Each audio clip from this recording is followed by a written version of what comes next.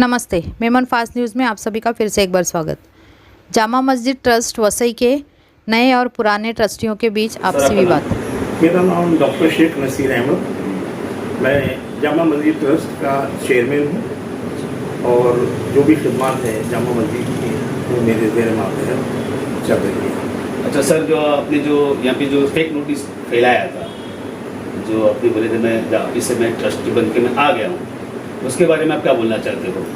नहीं, देखिए, कोई भी फेक नोटिस नहीं है और ना ही मैं कभी फेक काम करता हूँ, क्योंकि मुझे 22 दिसंबर 2022 में महाराष्ट्र स्टेट बोर्ड ऑफ वक्फ के ऑर्डर पे मुझे अपनी पद से हटा दिया गया था। 23 दिसंबर 2022 को मैंने महाराष्ट्र स्टेट वक्फ ट्राइब्यूनल में चैलेंज किया, जिसका फैसला 7 फरवरी 2023 में मेरे हक में होकर कोर्ट ने मुझे सेटिसाइड ऑर्डर दे दिया।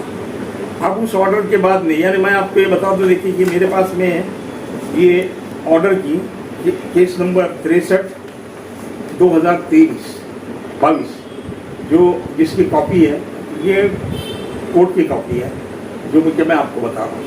इसके बाद में कोर्ट ने वक्फ बोर्ड ने कोर्ट के ऑर्डर पे अमल नहीं किया, तो बाद में फिर मैंने 43/2023 वापस एक केस मैंने दाखिल किया। ये उसकी कॉपी है, ऑर्डर कॉपी। ये दूसरे केस की? ये दूसरे सेम, यानी एक ही केस है लेकिन अलग अलग मुझे दाखिल करने पड़े क्योंकि मेरे जामा मस्जिद ट्रस्ट के जो केसेस थे वो किसी व्यक्ति के ऊपर नहीं थी, बल्कि हमारा मामला जो था वो महाराष्ट्र स्टेट बोर्ड ऑफ वक्फ यानी गवर्नमेंट के अगेंस्ट में मैंने केस किया। अब उसके बाद में जब ये ऑर्डर हुआ तो उसके ऊपर भी वक्फ बोर्ड वालों ने अमल नहीं किया, तो मुझे औरंगाबाद हाई कोर्ट के अंदर कंटेम्प्ट पिटीशन, यानी सरकारी जो ऑफिसरान हैं उन्होंने कोर्ट का अपमान किया है, उन पर मैंने कंटेम्प्ट ऑफ कोर्ट दाखिल किया और कंटेम्प्ट ऑफ कोर्ट चल रहा है। कंटेम्प्ट ऑफ कोर्ट का नंबर है 406/2023।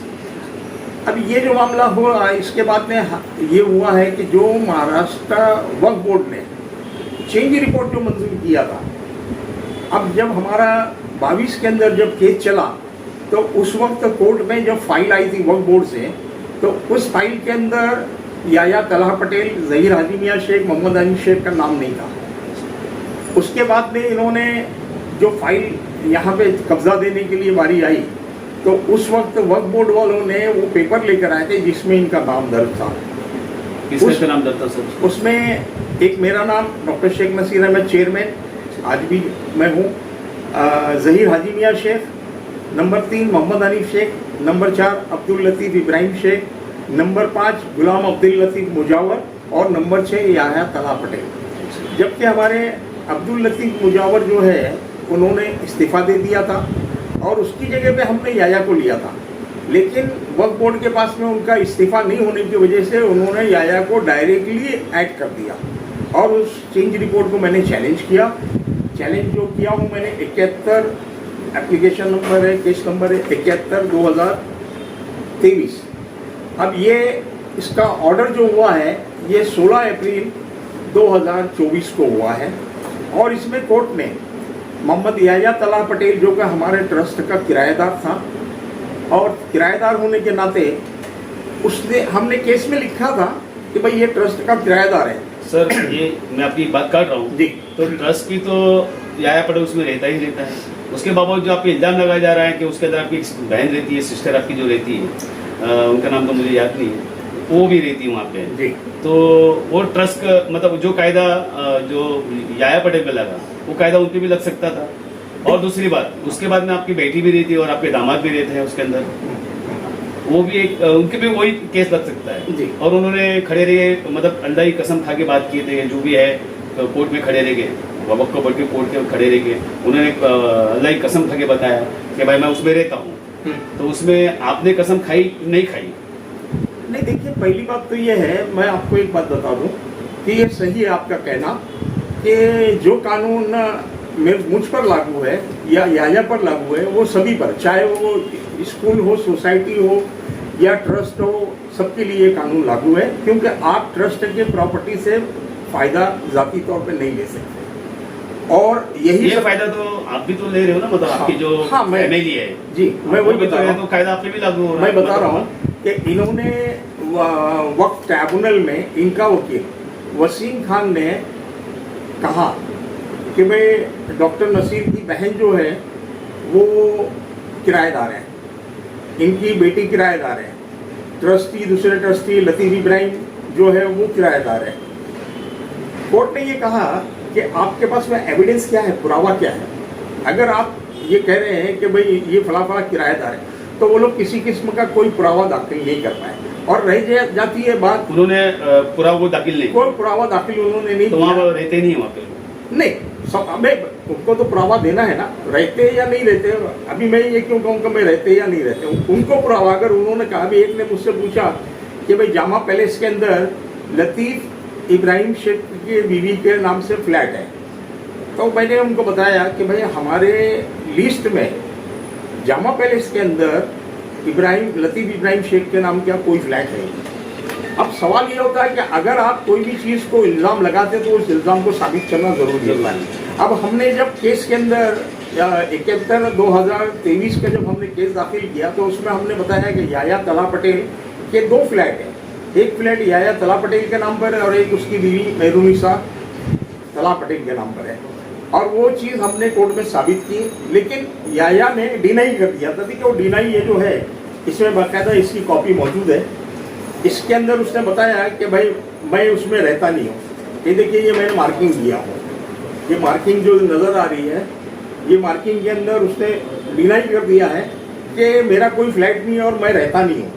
लेकिन तो वहाँ तो उन्होंने कसम खा के बताई अल्लाह की नहीं। कि मैं वहाँ पे कोई रहता हूँ। गलत बात है, वहाँ कोई कसम वगैरह वहाँ पे भी इन्होंने मस्जिद में भी बताया। वहाँ नहीं। देखिए, मुझे अफसोस होता है कि मस्जिद में खड़े रह के इंसान इतना बड़ा झूठ बोल रहा है कि हमको कसम खाने लगा है, मेरे को कसम खाने लगा है। वहाँ कसम का कोई मामला वो तो था ब्लेम आप पे लगा रहे हैं कि आप हाँ। हम बात कर रहे हैं। नहीं।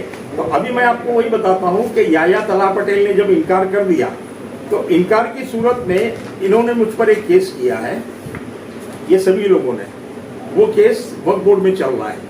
अब वक्फ बोर्ड में चल रहा है तो वक्फ बोर्ड के अंदर याया तला पटेल क्या क्रॉस था, ज़बानी उसकी ली गई। तो उस ज़बानी के अंदर मेरे जो वकील है एडवोकेट निसार अहमद खान, उन्होंने उसको पूछा क्या आप जामा मस्जिद ट्रस्ट की इमारत जामा पैलेस के किराएदार हो? तो बोले जी हाँ मैं हूँ। क्या आपके उसमें 2 फ्लैट है? बोले हाँ मेरे 2 फ्लैट है। वो फ्लैट किसके नाम पर है? तो बोले एक फ्लैट मेरे नाम पर और एक फ्लैट मेरी बीवी के नाम पर है। तो बोले आपको ये मालूम है कि अगर कोई भी ट्रस्टी, चाहे वो स्कूल का हो, सोसाइटी का हो, ट्रस्ट का हो, मस्जिद का हो, दरगाह का हो, कब्रिस्तान का हो, अगर वो उस चीज़ से, उस मिल्कियत से फ़ायदा हासिल करता है तो उसको ट्रस्टीशिप छोड़ना पड़ेगा या तो उसको मकान छोड़ना पड़ेगा। तो याया की मिल्कियत से फ़ायदा लेता है तो वो ट्रस्ट में रह नहीं सकता है।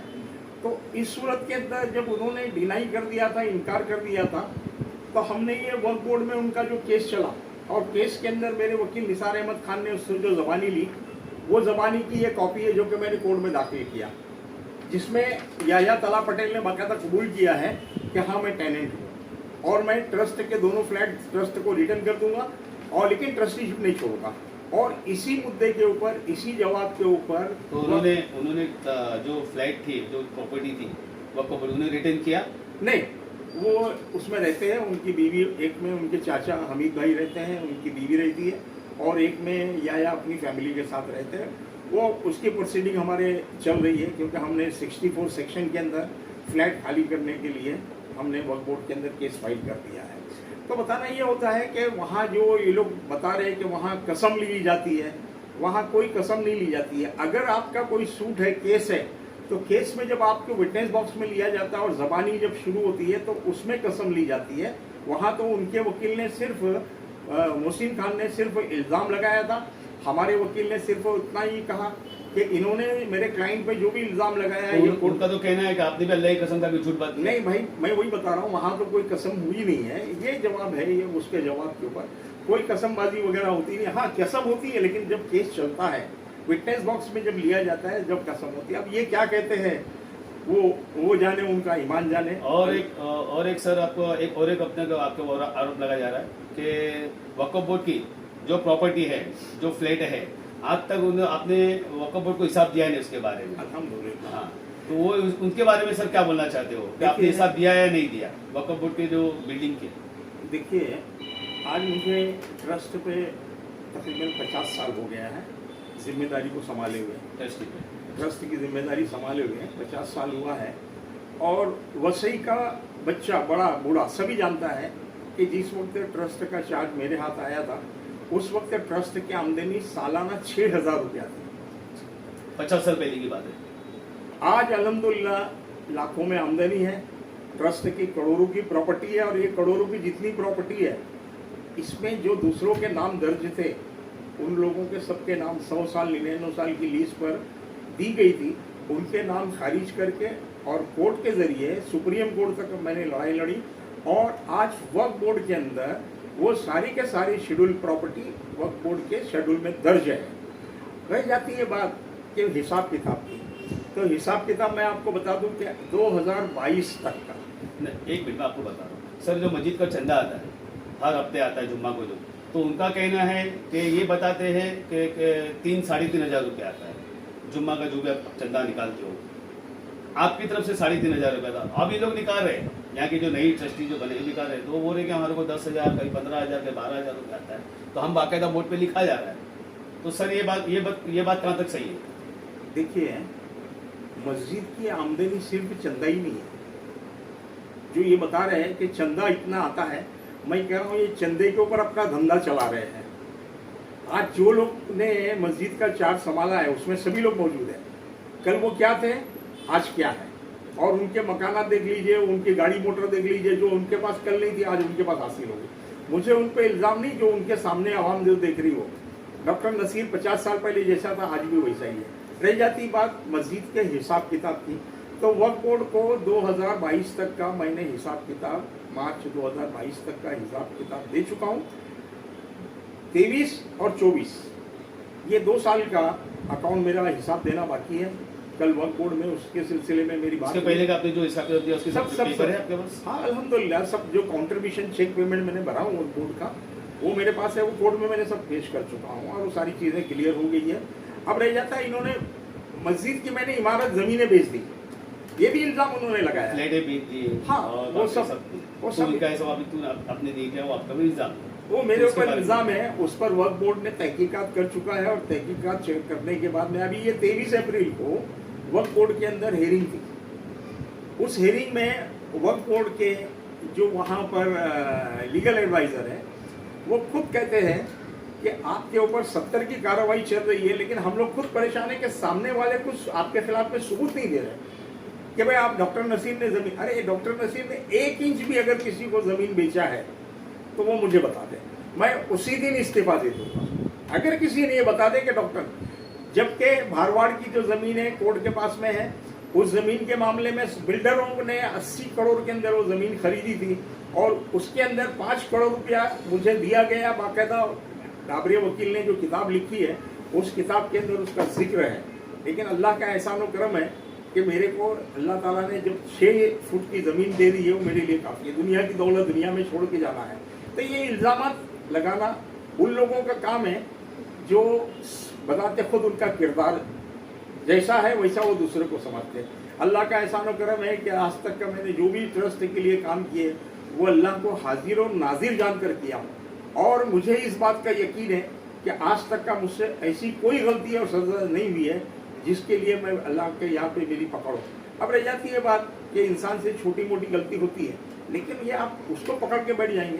सर और एक ऐसा आपने ने और एक अपने वो आपके ऊपर ये लगाया था इन्होंने एग्जाम, क्योंकि अपना कोरीवाड़ा मस्जिद कब्रस्तान था, उसमें आपने कुछ लकड़े वगैरह बेच डाला था, वो भी आपने कुछ केस किया था और उन्होंने कुछ आपने केस किए थे उनके ऊपर। और दूसरी बात कोई दरगाह आपने कोई कब्र थी या दरगाह थी जो भी आपने तोड़ा था, उसके बारे में वो भी इल्ज़ाम है आपके बारे में, तो सर उसके बारे में पूरा सा क्या है? देखिए, पहली बात तो ये है कि कब्रस्तान का जो सामान था, लकड़े वगैरह लकड़े और काफ़ी सामान था, मेरे बगैर परमिशन के याया तलहा पटेल ने बेच दिया और मुझे उसका इल्म नहीं हुआ। उसका इल्म जब कब्रस्तान का गोरखन शाहब सिकंदर शेख ने मुझे जब बताया और उसने बाकायदा कोर्ट से मुझे एफिडेविट करके दिया। कौन शाहब सिकंदर शेख। सिकंदर शेख। उसने देने साहब ने जब दिया तो देने के बाद में मैंने उसकी कंप्लेंट किया था, लेकिन उसके अंदर पुलिस को इन लोगों ने मैनेज करके और पुलिस ने वो मेरी कंपनी जो थी वो निकाल दी।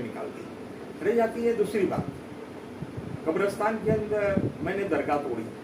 आज अल्हम्दुलिल्लाह मेरे मातहत के अंदर 5 मज़ारें हैं, 5 दरगाहें हैं। उसको बेहतर से बेहतर बनाने की मैं देखिए, अकायद का मसला अपनी जगह है। आपका अगर अकीदा दरगाह से है तो आप दरगाह की परस्तिश करिए, मैं अल्लाह के उसके आगे सजदा सऊ होना चाहता हूँ। अब उन लोगों ने जिसके बारे में ये कहा है उसके बारे में मैं आपको बता दूं कि ये जामा मस्जिद को लगकर जो बिल्डिंग है वो बशीर अंसारी की थी। बंद करो ना।